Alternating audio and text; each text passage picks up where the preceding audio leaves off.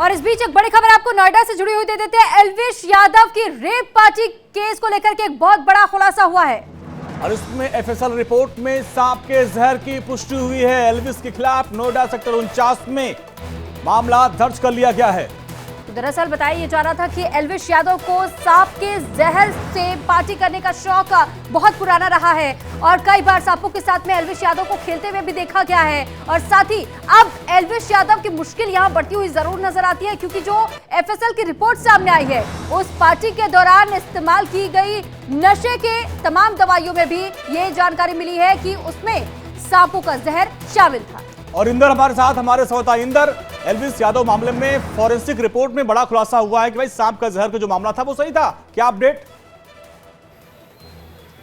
बिल्कुल, देखिए जिस तरीके से ये पूरा मामला निकलकर सामने आया था और कहीं ना कहीं एल्विश यादव इस पर बयान देते हुए भी नजर आए थे कि उनके ऊपर आरोप लगाए जा रहे हैं और ये ऐसी कोई भी जो घटना है उससे उनका कोई ताल्लुक नहीं है। लेकिन देखिए अब एफएसएल की रिपोर्ट आ गई है। 1 नवंबर को ये पूरा मामला नोएडा के थाना सेक्टर 49 में दर्ज हुआ था, लेकिन अब इस पूरे मामले की जांच जो है वो थाना सेक्टर 20 पुलिस कर रही है। और ऐसे में ये रिपोर्ट अब कंफर्म हो गई है कि जो वेनम बरामद हुआ था वो सांप का जहर था और कोबरा स्नेक का वेनम था। हालांकि जो एल्विश यादव हैं वो लगातार मना कर रहे थे और जब उन्हें पूछताछ के लिए बुलाया गया था तो उसमें भी उन्होंने मना किया था और कहा था कि स्नेक वेनम से उनका कोई लेना देना नहीं है। लेकिन जयपुर स्नेक वेनम को जांच के लिए भेजा गया था और अब एफएसएल रिपोर्ट सामने आ चुकी है और उसमें ये पुख्ता सबूत मिले हैं कि जो स्नेक वेनम जांच के लिए लैब में भेजा गया था वो कोबरा सांप का जहर है।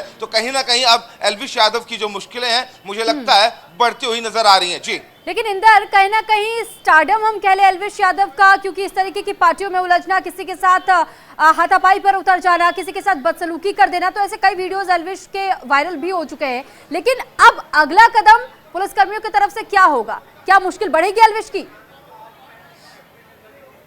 बिल्कुल, निश्चित रूप से देखिए एल्विश यादव की मुश्किलें अब साफ तौर से बढ़ने वाली हैं। जैसा कि मैंने बताया कि जब नोएडा पुलिस ने उन्हें 2 बार पूछताछ के लिए बुलाया था तब वो अपने वकीलों के जत्थे के साथ पहुंचे थे और उनका एक जो एटीट्यूड था स्टारडम वाला वो बहुत अलग था।